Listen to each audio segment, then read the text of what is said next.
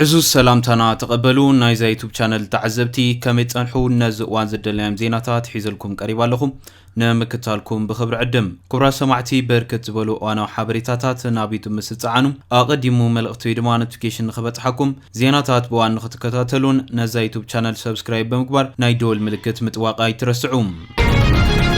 بفلمام أمريكان إيرانن أبسم معقد من مبصحن جنا أب حيالوز سحبوا نتبتات كسر حاكم زلون مكتل بريزيدنت أمريكا جي فانس قاليتهم فانس بريزيدنت دونالد جي ترامب سم معنا مفرام قريب وديو تباهيلو بمعقلات زينا نزقرب لحتهم اتهم كل توجنات مع سوعل كام تصدقهم حبريتان مهاب جنا جزيو كام زي أغلى حبيرو لهم توعل نتي تخصي دوناي مبال سممع نسر سامعتات كام زنا وحم نمت مدبات نيكولار إيران زملكات زتا كام زخفتني تقاليت زلهم سبستان أمريكا بربع معخناتنا كم زحبروم كلتين هاجرات ترامبن مرحنة إيران كصدقوا زترفوا معقف سممعات دقانين قبل قليت أمالهم يوخون برحاوسي وقعوي أقل زينا تاسنيم إيران اتسممع جنا كم زي صدقه وي كم زي ترغاغص اي صبصيبوم بحموس مشت قالو زسمع فانس تزاتيتي اب حيدت ناي قانقوا نطبتات نيو نجو يبهاخالو كم زلون ازخا حتو مهبتا ميرانيم زتقالله مخانن يغليصوم جنا اب سممع اي بصحنان انت خونا ازينا قريبنا لنا مرخابون كنقصلينا كبلي تسمع زلوم امريكا ايران زمعبلي يورانيم مفرايك تقارصن نيكولاساو اصوار نمسرح كوعل زخل زلو تركبون ننوح جزي كتحتت تصاني حيام فانس واشنطن دي سي نغازيطنياتات كزارب كلهم تسفا بزملو قنا خوينو امريكا ايراناويان بقنعنا يزرارب والو الى كمتامن يغليصوم كابتي امونغو امريكان ايران زتغبر فلماي سممع مقراس توخسي كابشو مونت ميازيا جميرو اب غبري كاب زوعل نجو ترامب كلتي وغنات ناب سممع يقربو كم زلون اتزته صبوق يسغم كم زلون بترغاغامي كحبر صنحيوم يغون برزاقيت زخواني يخون چبوت وصيت كم زي لي زغلصم ات بريزيدنت نت خوينات دون مبال كاب محزوت هاجرات وشمت نت خوينات كاب زقاومو ديمقراسياوين بزعبان وحات تغجت شقلتهم كاب زغلصو غال ريبابليكاوين كونغرس توساخي صقطي يمصالهم بزعبا كغبرو زخلو سممعات كوصو زصنحو تغراچو تصبصابات اتزته كساب كندي تلواواط خوين كم زلو زغلحيم كلتين هاجرات نت زقرب امام عملكيتن حيدت زرزرات بمحاب زحصرو طرعانا تقريبا لوام ازد ما كلتي موغنات حد متققع دون مبال كساب كندي قريبو مالو داغماي حتو زل على غداي خوين زلوم ترامب كالو سبسلطان كم زتنققوم كلا اماراتي اوبشن بي مالت ناب سرحيتات وق مملاس غنا امارات خويني زركب زلوم اتي تخسي دوناي مبال سممع مسنا وحقن لوخات امريكان ايرانن نوتوم زتحلالخو تكنيكاويان حتوتات كما يطلوم عدل كبيم فلاي بزعبا نيكولاساو مدبر ايران اتزترف لعول زمعبل ايرانيم كتكبون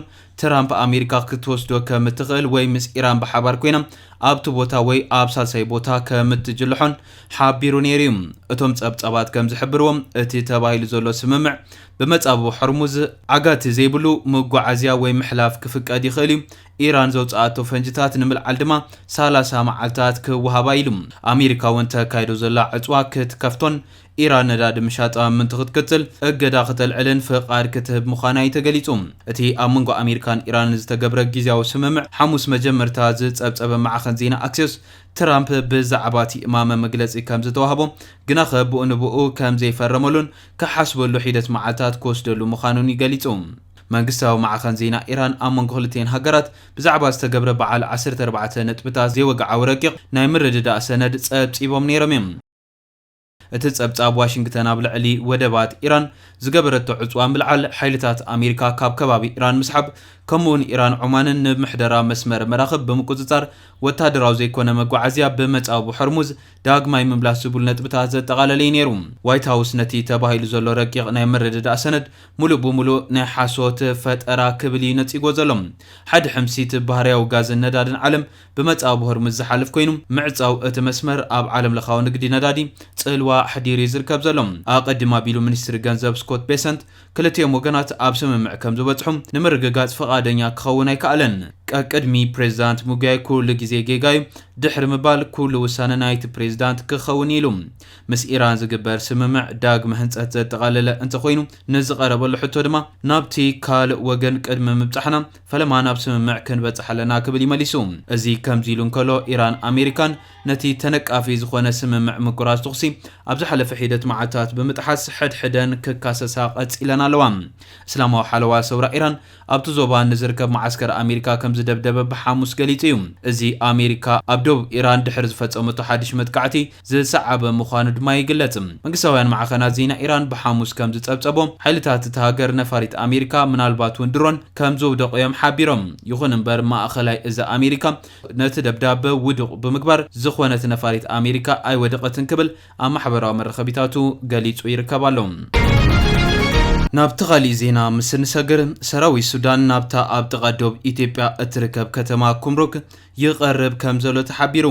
ሰራዊት ሱዳን ናብታ ኣብ ትሕቲ ግዝኣት ሰማያዊ ናይል ኣብ ጥቓ ደቡብ ኢትዮጵያ እትርከብ ከተማ ኩምሩክ ይቐርብ ከም ዘሎ ትማለ ሓሙስ ኣፍሊጡሎም። ከምቲ ሱዳን ትሪቡን ዝጸብጸቦ እቲ ሰራዊት ነቲ ናይ መወዳእታ ዓርድታት ዓመፅቲ ኢሉ ዝገለጾም ድሕሪ ምቁፅጻር እዩ ናብቲ ከባቢ ዝግዕዝ ዘሎ።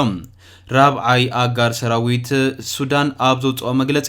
እቲ ወተሃደራዊ ሓይሊ ምስ ሓይልታት ኪዳን ብምዃን ኣብ ከባቢ ኩምሩክ ዝነበረ ናይ መወዳእታ ዓርድታት ዓመፅቲ ከም ዘዕነወን ነቲ ከተማ ንምቁፅጻር ከም ዝቐረበን ይገሊጹ። እቲ ሰራዊት ወሲኹ ካብ ኩምሩክ ንደቡብ ኣብ እትርከብ መደበር ኣልባርካም ብሓይልታት ቁልጡፍ ምላሽ ዝወረዶ መጥቃዕቲ ከም ዘፈሸለ እውን ኣፍሊጡሎም። ኣብቲ መጥቃዕቲ ኣብ ልዕሊ እቶም ብቁልጡፍ ዝመፁ ዝነበሩ ሓይልታት ልዑል ዕንወት ሓይሊ ሰብ ከም ዘውረደን ሓያሎ ወተሃደራዊ መኻይን ወተሃደራዊ መሳርሒታት ከም ዝሓዘን እውን ገሊጹሎም። ብመሰረት እቲ ጸብጻብ ሰራዊት ሱዳን ንተጋደልቲ እታ ከተማ ንምኽባብ ዝዓለመ ክልተ ሸነኻ ዘለዎ ስትራቴጂካዊ መጥቃዕቲ ብምክያድ ካብ ሰሜን ደቡብን ናብ ኩምሩክ ገጹ ይግስግስ ኣሎ።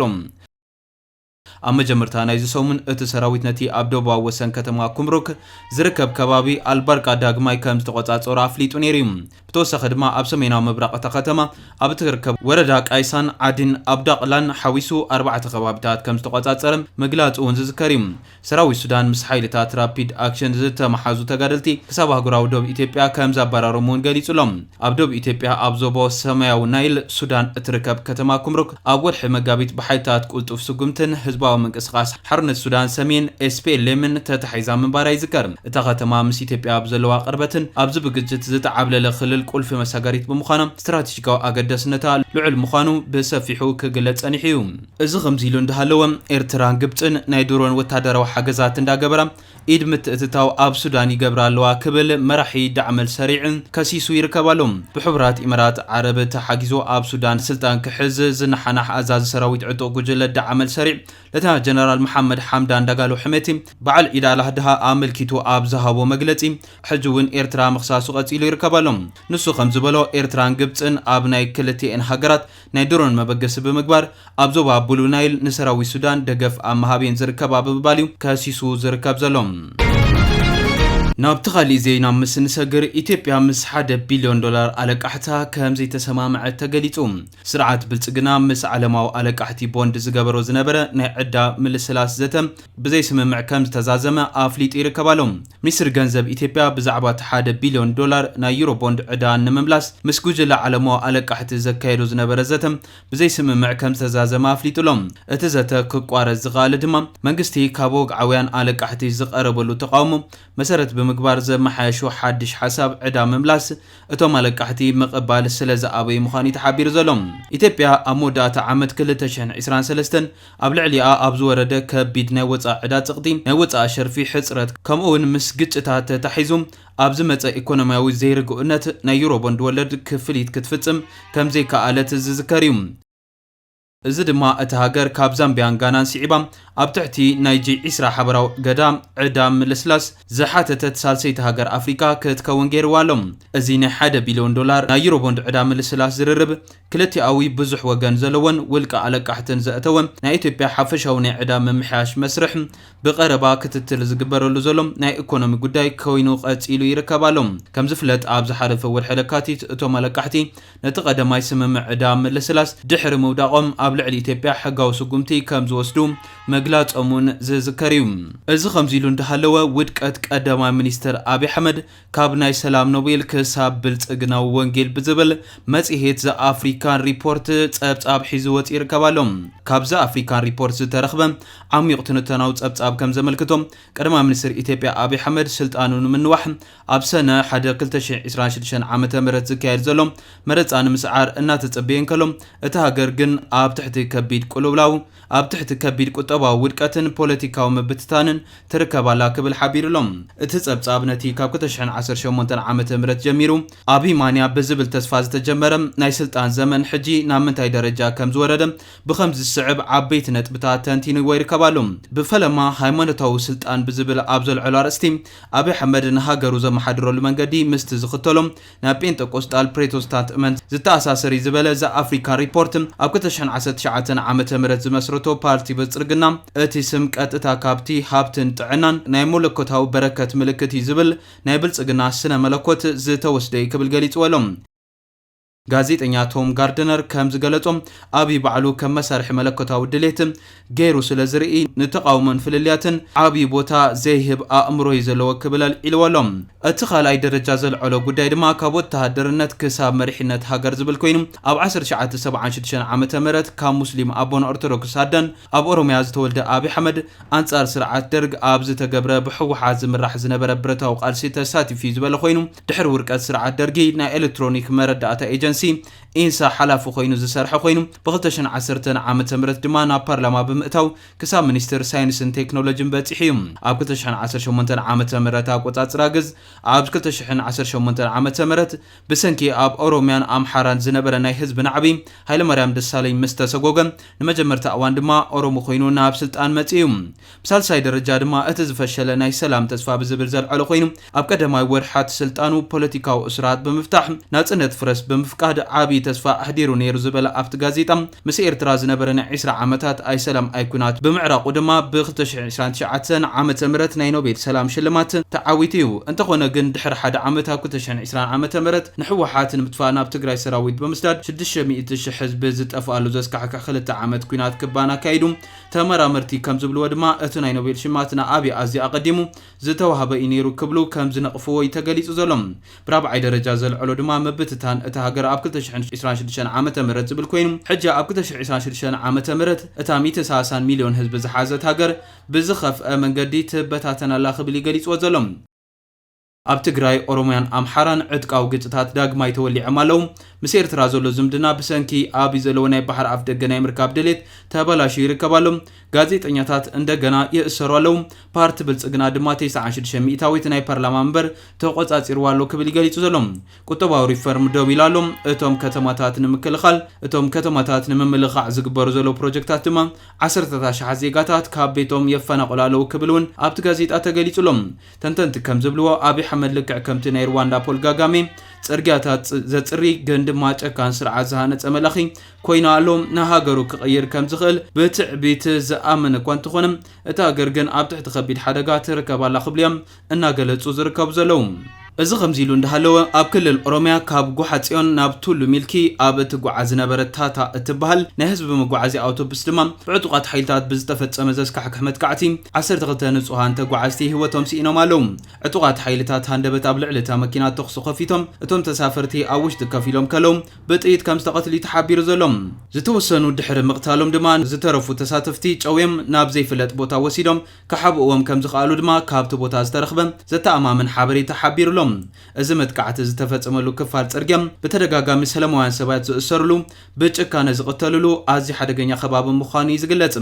በዚ መስመር ዝንቀሳቐሱ መራሕቲ መኻይን ተጓዓዝትን መዓልታዊ ብዘይ ጸጥታ ብፍርሒ ህይወቶም ክጓዓዙ እኳ እንተተገደዱ ኣብቲ ከባቢ ዘሎ ሕጽረት ጸጥታ ግን ክሳብ ሕጂ ፍታሕ ኣይረኸበን። እዚ ናይ ሎም መጥቃዕቲ ኣብዚ ክፋል ጽርግያ ኣብ ልዕሊ ንጹሃን ሰባት ዝፍጸም ዘሎ ጭውያታት ቅትለትን ክሳብ ክንደይ ምዃኑ ዳግማይ ዘረጋገጸ ካልእ ዘሕዝን ፍጻመ ኮይኑ ተመዝጊቡን ይርከባሉ። ነዚ ሲዕቡ ድማ ብዛዕባ ድሕነት ዜጋታት ነበርቲ እቲ ከባብን ዝግደሱ ኣካላት ንመንግስቲ ብትሪ ይነቕፉን ይጽውዑን እዮም ዘለዉ። መንግስቲ ነዚ ደም ዝፈሰሉ ፍሉይ ክፋል ጽርግያ ብፍሉይ ኣቓልቦ ክሕልዎ ይግባእ። انت زي كوينو هيوت زكاتات مراحة مخاين كاموتن مقدات المدحان وحز ترافيك ملو بملو كعاصوا كم زلويم زوج زلوم بعامص هيوتو زسان حزبنا نفسو نصلي نسدرو دما مصننا عنمن منغسيتهم نصحات جوز تتحازو بقلطف بسلام زفتحلو منقد دما كدالو نلابو خبليام صاوعيتهم نقربو زركب زلوم باركس كبرات تعذبتي نزوان زدلني حبريتا زمسل نيرو بغالي زينا كسب رغب سلام